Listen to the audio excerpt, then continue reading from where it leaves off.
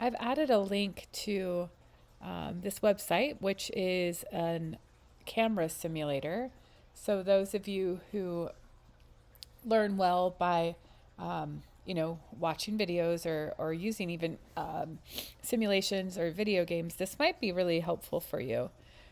So this simulator is quite easy to use. It's also free, so that's why I'm sharing it as well. The first thing we'll want to look at when you click on this website is we want to change the mode to the mode that you are using in your manual camera. If you're using a DSLR or a mirrorless camera. And so right now it's in program mode, which the camera is then making all of the decisions for you. There's aperture priority and shutter priority. So the aperture priority is setting your aperture to a predetermined aperture like 2.8 if you wanted a shallow depth of field, or like f8 if you wanted a mid-range, or f16 if you wanted everything in super sharp focus from foreground to the background. TV mode is the shutter priority mode. So if you're photographing an object that you want to drag the shutter, like this is being drug here, or you wanted to stop the action, you may want to use shutter priority mode. But today I'm going to show you how to use this in manual mode. So I'm going to go to Start Simulation, and I'm going to move this to manual. So right now I see that this little girl is moving, like most children, and animals or anything athletic or cars, those type of moving subjects, you as a photographer will have to predetermine whether or not you want to stop the action or drag the action. Do you want this to be a shallow depth of field like it's demonstrating now, or do you want everything in super sharp focus from foreground to background? So there's lots of things to consider. The other thing we want to consider is the ISO, how sensitive your camera sensor is to light. Typically, I always have my aperture at 400 unless I'm in an extreme situation like very, very dark or lots of sunlight, but I like to kind of just keep mine at this mid-range. The book, another photography book, also tells us that ISO 400 is a really good kind of standard ISO. I would, as you're learning, I would just keep that at a kind of mid-range standard ISO. So my goal right now is to stop the action of this little girl. So since I know that that is my goal, the most important camera setting to me is going to be shutter speed. And to stop the action, generally we need to have a shutter speed of 250th of a second or faster. So 250th, 320, 4, 5, all the way up. Some cameras, I think that one of our cameras goes up to 6400. So I'm going to just go to 1/250th of a second because I know that that is a shutter speed that will stop the action. So the other thing I'm going to look at is, since I have that set, then I'm going to determine, do I want this to be a shallow depth of field, or do I want to have everything in the field of focus in super sharp focus?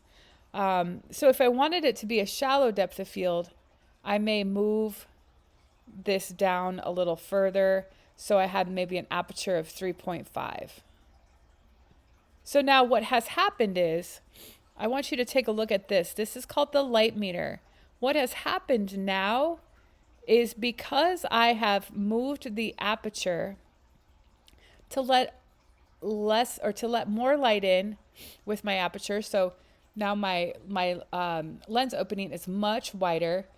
I have now made this image way too bright. If I were to take it, it would be way too bright. So let's go ahead and snap the photo.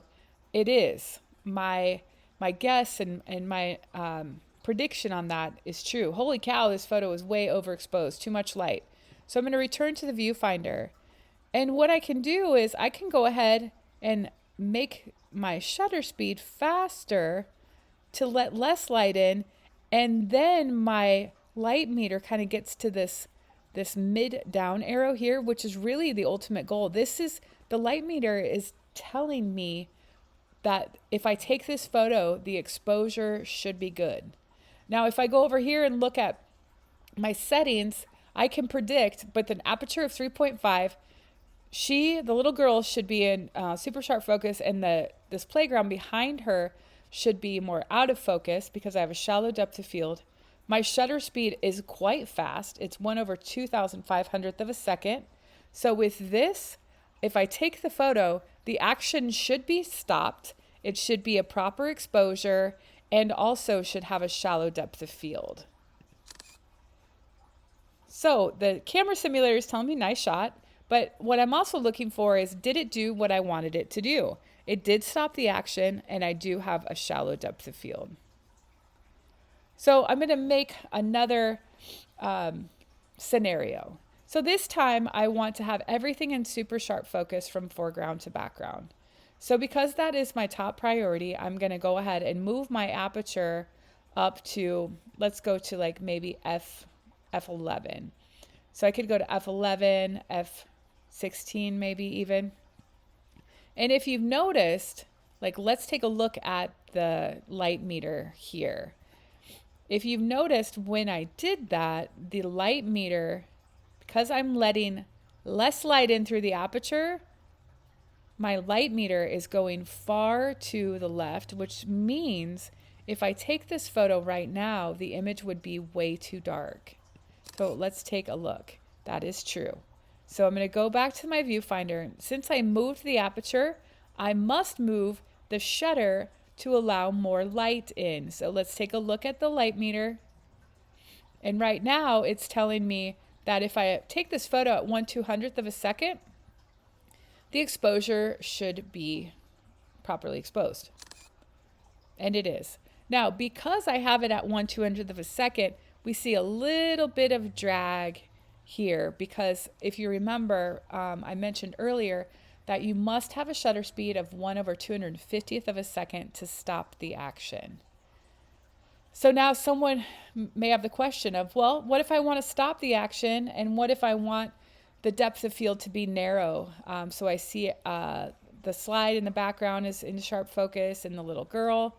Well, that's when you may have to go in and allow your camera to be more sensitive to light by using your ISO.